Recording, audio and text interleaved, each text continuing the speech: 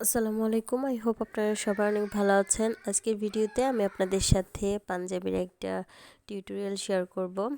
আপনারা বিজনেস কিংবা নিজের জন্য খুব সহজেই ঈদের মধ্যে কিন্তু এই পাঞ্জাবিটা রেডি করতে পারেন। এটা হচ্ছে বাবা সেলের ম্যাচিং একটা পাঞ্জাবি হবে। তো আমি এখানে কিন্তু মাল্টি কালার সুতা দিয়ে পাঞ্জাবিটার কাজ করেছি। তো সেটাই আমি আপনাদের সাথে শেয়ার করব কিভাবে করেছি। ড্রয়িং থেকে শুরু করে সেলাই সব কিছুই আপনাদের সাথে শেয়ার করব। আশা করি ফুল ভিডিওটা আপনারা আমার সাথে থাকবেন। তো এখন আমি ড্রয়িং করা আপনাদেরকে দেখাবো। আসলে আমি পাঞ্জাবিটাতে একভাবে ড্রয়িং করতে চেয়েছিলাম আগে, পরে আবার মনে হলো যে না, এটা না করে এটা করে। যে কোনো ডিজাইন করতে গেলে আসলে অনেক চিন্তা ভাবনা করে করতে হয়। একটা দিতে গিয়ে ভালো লাগলো না, পরে আবার চেঞ্জ করে এই ডিজাইনটা করলাম। তো ড্রয়িং করার পরে কিন্তু আরেকটা টেনশন থাকে যে কি সুতা দিয়ে কাজ করলে এটা আসলে ফুটবে বা ভালো লাগবে। আর যেহেতু এটা ছেলেদের একটা পাঞ্জাবি, তো সেক্ষেত্রে সুতার ম্যাচিংটা খুবই বেশি গুরুত্বপূর্ণ। তাই আমি এখানে চেষ্টা করেছি খুব লাইট কালারগুলো ইউজ করার, কারণ হচ্ছে যদি লাইট কালারগুলো ছাড়া খুব বেশি ডিপ কালার ইউজ করি তাহলে এটা খুব একটা দেখতে ভালো লাগবে না, একেবারে বড়লা হয়ে যাবে। তো যাই হোক, সেজন্যই আমি চেষ্টা করেছি এখানে সফট কালারগুলো ইউজ করার। আর সফট কালার হচ্ছে আমি এখানে সুতা ডিএমসি সুতাটা ইউজ করেছি, যেহেতু আমি আমার বাসার মানে বাবা ছেলের জন্য বানাচ্ছি। তো সেজন্যই আর কি আমি চেষ্টা করেছি ভালো কোয়ালিটির সুতা এবং কাপড় ইউজ করার। আর অনেকে হয়তো জিজ্ঞেস করবেন এটা কি কাপড়ের পাঞ্জাবি। এটা হচ্ছে আড়ং কটনের পাঞ্জাবিটা। তো যাই হোক, এখন আমি আপনাদের সাথে সেলাইটা শেয়ার করব।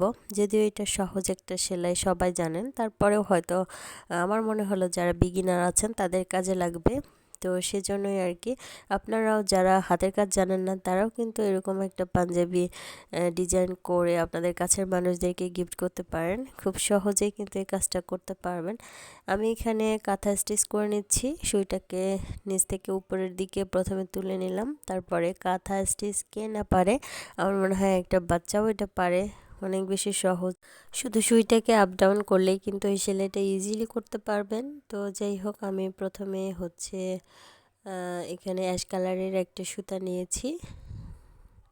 এই সুতাটা দিয়ে আমি এই যে কাঁথা স্টিচ দিয়ে হচ্ছে অর্ধচন্দ্রাকার যে এগুলো আঁকিয়ে নিয়েছি সেগুলো হচ্ছে স্টিচ করে নিচ্ছি। তো এটা খুব সহজ, তারপরেও আমি আপনাদেরকে একটা ভরাট করে দেখালাম যাতে করে আপনাদের কনফিউশন না থাকে। এই তো আবার একটা করে দেখাচ্ছি। আর এখানে একটা কথা বলে রাখা ভালো যে ডিএমসি সুতা হচ্ছে এখানে 6টা তার কিন্তু থাকে, খুবই সূক্ষ্ম সূক্ষ্ম 6টা তার থাকে। তো আমি এখানে কিন্তু 3টা করে নিয়েছি, মানে সুতা কেটে অর্ধেক করে ভাগ করে নিয়েছি।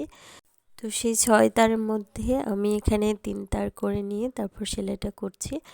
আর যদি আপনারা 6 তারই সেলাই করতে যান তাহলে কিন্তু আপনার কাপড়টা নষ্ট হয়ে যাবে, কারণ হচ্ছে এখানে ওই সুতাটা অনেক বেশি মোটা আর এই কাপড়টাও একটু মোটা টাইপের। যদি আপনি ওই মোটা সুতা দিয়ে এটা সেলাই করতে যান তাহলে কিন্তু কাপড়টা ছিঁড়ে যাবে। তো এই তো আমি সেলাই করে নিয়েছি। আর এই হচ্ছে আমার পাঞ্জাবির ফ্রন্টের যে ডিজাইনটা, সেটা আমি ভেবেছিলাম যে পুরো ডিজাইনটাই আমি হচ্ছে করব একেবারে, কিন্তু পরে মনে হলো যে না, এটা অর্ধেকটাই দেখতে বেশি ভালো লাগছে। তো হাতাতেও একইভাবে একটু ডিজাইন করে দিয়েছি, আমি একটু পরে ভালো করে আপনাদেরকে দেখাচ্ছি। তো তার আগে বলে রাখি আমি গলায় হচ্ছে এই যে ছোট একটা ডিজাইন করে দিয়েছি। যাই হোক, এটা হচ্ছে ব্যাক স্টিচ করেছি, এটা আপনাদের সাথে শেয়ার করা হয়নি। আমি আরেকটা পাঞ্জাবি যখন করব তখন আমি এটা শেয়ার করব ইনশাআল্লাহ।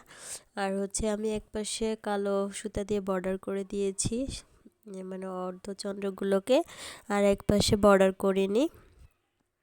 তো এই হচ্ছে মোটামুটি আমার ডিজাইন করা পাঞ্জাবি, বাবা ছেলের ম্যাচিং পাঞ্জাবি প্রথমবার করলাম। তো অবশ্যই জানাবেন আমার এই কাজটা আপনাদের কাছে কেমন লাগলো। আর একটা রিকোয়েস্ট করি, যারা আজকে প্রথম আমার চ্যানেলটি ভিজিট করছেন তারা প্লিজ আমার চ্যানেলটি সাবস্ক্রাইব করে রাখবেন। তো সবাইকে অসংখ্য ধন্যবাদ জানিয়ে আজকের মতো এখানে বিদায় নেব। ভালো থাকবেন সবাই, দেখা হবে নেক্সট ভিডিওতে ইনশাআল্লাহ। আর হচ্ছে পরবর্তী ভিডিওতে আমি চেষ্টা করব আমার হচ্ছে 2টা পাঞ্জাবি কমপ্লিট করে আপনাদের সাথে শেয়ার করার। আর পাঞ্জাবি সেলাই করার পরে আসলে কিভাবে এটাকে আরও সুন্দর করা যায় সেটাও আমি আপনাদের সাথে শেয়ার করব ইনশাল্লাহ। তো সবাইকে অসংখ্য ধন্যবাদ, ভালো থাকবেন সবাই, আল্লাহ হাফিজ।